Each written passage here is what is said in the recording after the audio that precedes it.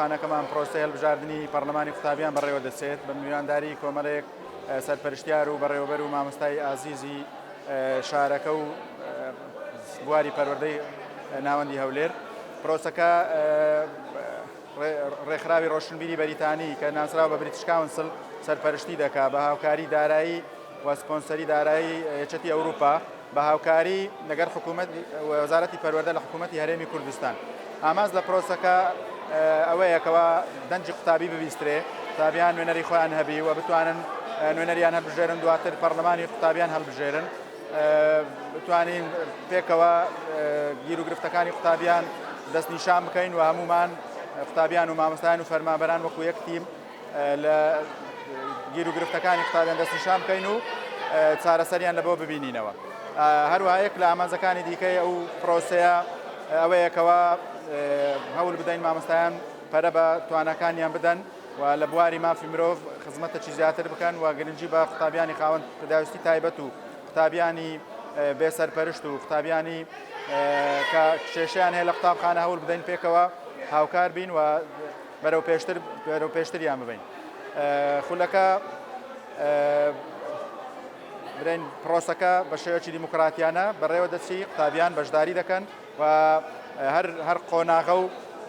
دوو نوێنەری دەبێت، پاشتر لە کۆی نوێنەرەکان سەرۆکی پەرلەمان و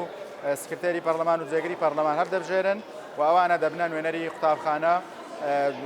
ئامانز لەو پەرلەمانە لێکۆڵینەوەی لە گیر و گرفت و کێشەی قوتابیان و بە هاوکاری هەموو لایەک بتوانین پەرە بە بنەماکانی مافی مرۆڤ و پرەنسیپەکانی مافی مرۆڤ بدەین لە قوتابخانە و کار لەسەر لایەنی مرۆیی و لایەنی پەروەردەی قوتابخانە بکەین بە شێوەیەکی زیاتر. ئەو پرۆسەیە جیای دەکاتەوە یان گرنگی دەکات ئەوەیەکەوە کللتوری مافی مرۆڤ یان پرەنسیپەکانی مافی مرۆڤ، تایتڵەکانی مافی مرۆڤ زیاتر دەناسێنێ، واتە ڕۆشنبیریەکی زیاتر دەدات بە مامۆستا و قوتابیکەوە مافی خۆیان بزانن، زیاتر گرنگی بە مرۆڤ بدرێ، گرنگی بە مافەکانی مرۆڤ بدرێ، ئیشی لەسەر بکرێ، هەوڵ بدرێن ناتوند و تیژی بەرهەم بهێنین، هەوڵ بدەین زەوە کەشێکی ئارام لە قوتابخانە دروست بکەین کە لەوانەیە پێشتر کاری لەسەر کرابی، بەڵام لەمەوت دوای ئەو پرۆسەیە زیاتر بە هاوکاری هەموو لا وەک یەک تیم زیاتر ئیشی لەسەر دەکەین و زیاتر گرنگی بە لایەنە مرۆیی و لایەنی مافی مرۆڤ و پرەنسیپەکانی مافی مرۆڤ زیاتر گرنگی پێدەدرێ و دەدرێشێتەوە لە قوتابخانە.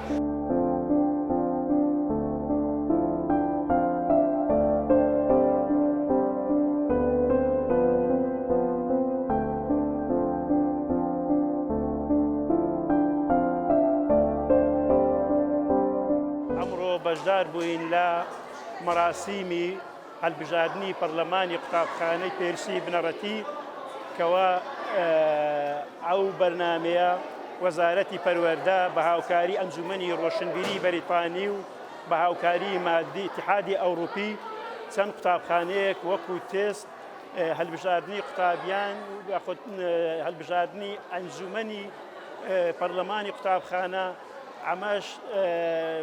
بۆ ئەوەیە کەوا هەڵبژاردن و مافی مرۆڤ و مافی منداڵ و دیموکراسی ئاوێتەی بەرنامەی خوێندن ببیتن. ئەوەی کەوا من بەشداریم کردووە لەو مەراسیمانە ئەوە چوارەمین قوتابخانەیە، دەستخۆشی لە لیژنەی سەرپەرشتیکردن و لە بەڕێوەبەرایەتی قوتابخانە و دەستەی مامۆستایان و قوتابیانی خۆشەویست دەکەن خۆ ئامادەکردنێکی جوانیان کردووە لە بۆ هەڵبژاردنەکەی بە پێی هەموو پێوەرەکان، یعنی هەڵبژاردنەکە ئەتوانین برین وەکو نمونەی هەڵبژاردنەکانی وڵاتانی دیموکراسیە کەوا ڕاگەیاندن لەلایەن قوتابیان هەبوویە، منافەسا هەبوویە، ئێستاکەش هەموو ئامادەکاریەک لە سندوقەکان لە چاودێر لە لیژنەی سەرپەرشتیکردنی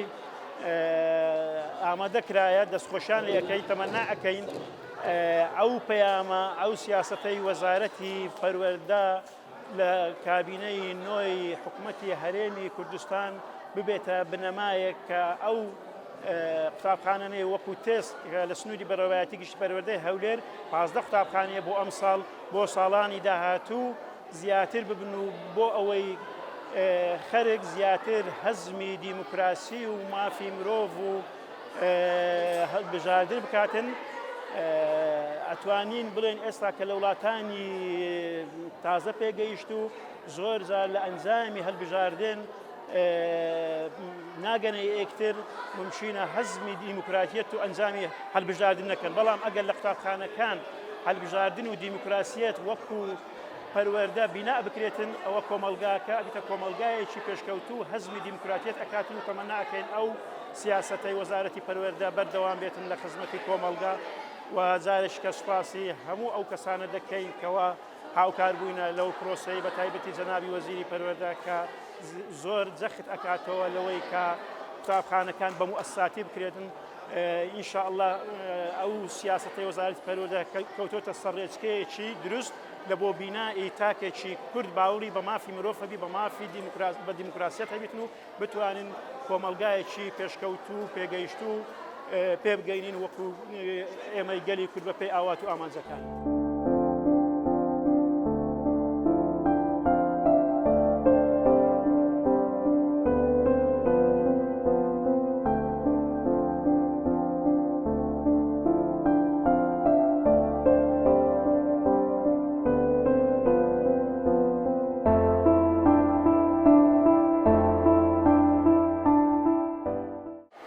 خۆشحاڵی و بەشدار بووین لە قوتابخانەی پیرس کە ماوەیەکە ڕێکخراوی بریتیش کانسەڵ لەگەڵ وەزارەتی پەروەردە لە سەردەم شارەکانی کوردستان بەتایبەت لە هەولێر لە 15 قوتابخانە هەستان بە ڕاهێنانی قوتابیان و مامۆستایانی بەڕێز بۆ فێربوون لەو پرۆسە دیموکراتیە کە هەڵبژاردننی بە عام شێوازی هەڵبژاردنەکان بەتایبەت هەڵبژاردننی پەرلەمان کە شێواز و شێوەی بەڕێوەچوون و چ لە ڕۆی تەکنیکی چ لە ماف و دەنگدان و بە خۆکاندیدکردن و هەموو ئەو شێوازانەی کە تایبەتە بەو سیستەما کە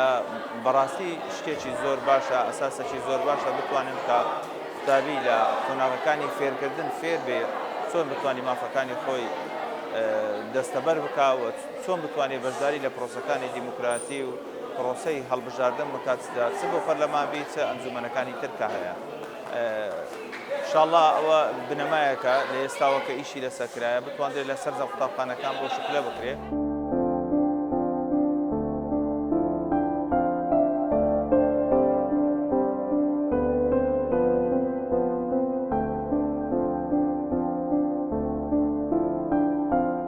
بۆ ئەوە لێرە بووم بە نوێنەر بۆ ئەوەی بەرگری لە مافی مرۆڤ و مافی خوێندنی قوتابیان بکەم لە قوتابخانەکەم و لەو پرۆژانێکی هەمە گەیاندنی سەرجەم ڕەخنە و داواکاریەکانی قوتابیانی قوتابخانەکەم بۆ کارگەری قوتابخانە و دانانی چارەسەرکردنی کێشەکانیان کێشەی قوتابی لە نێوان یەکتردا و لە قوتابخانە و پاکڕاگرتنی قوتابخانەکەمان لە بۆ ژینگەیەکی تەندروست و ئارام.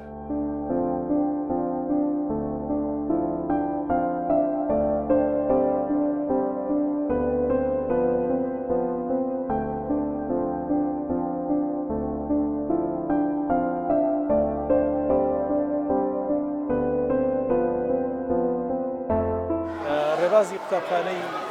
پێکەوەی یان بە تەواوی بۆ پەروەردەی مافەکانی مرۆڤ پرۆژەیەکی نوێیە لە نێو پرۆژەی بنیادنانی تواناکان لە خوێندنی بابەتی و ئامادەیی کە ئەنجومەنی کولتوری ئەوروپایی جێبەجێیەکە بە سەپۆرتی یەکێتی ئەوروپا و هاماهەنگی لەگەڵ وەزارەتی پەروەردەی حکوومەتی هەرێمی کوردستان و هەروەها وەزارەتی پەروەردەی حکوومەتی عێراقی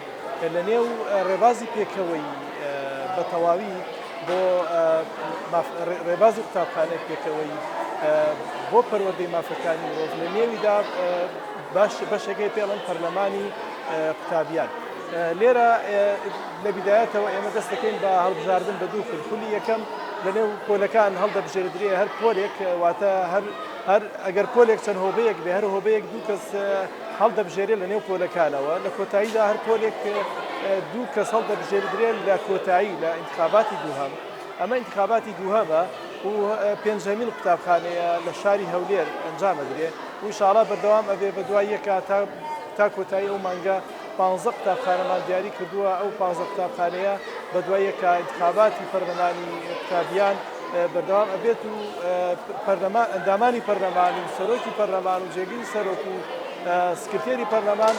لە هەمان ڕۆژ هەڵدەبژێردرێن و ئەمانە ئەرکی گرنگیان هەیە بەڕاستی پێویست بە ئەوە دەکات کە بە وردی مامەڵە بکەن لەگەڵ مامۆستەکانیان لەگەڵ هەمانگی بکەن لەگەڵ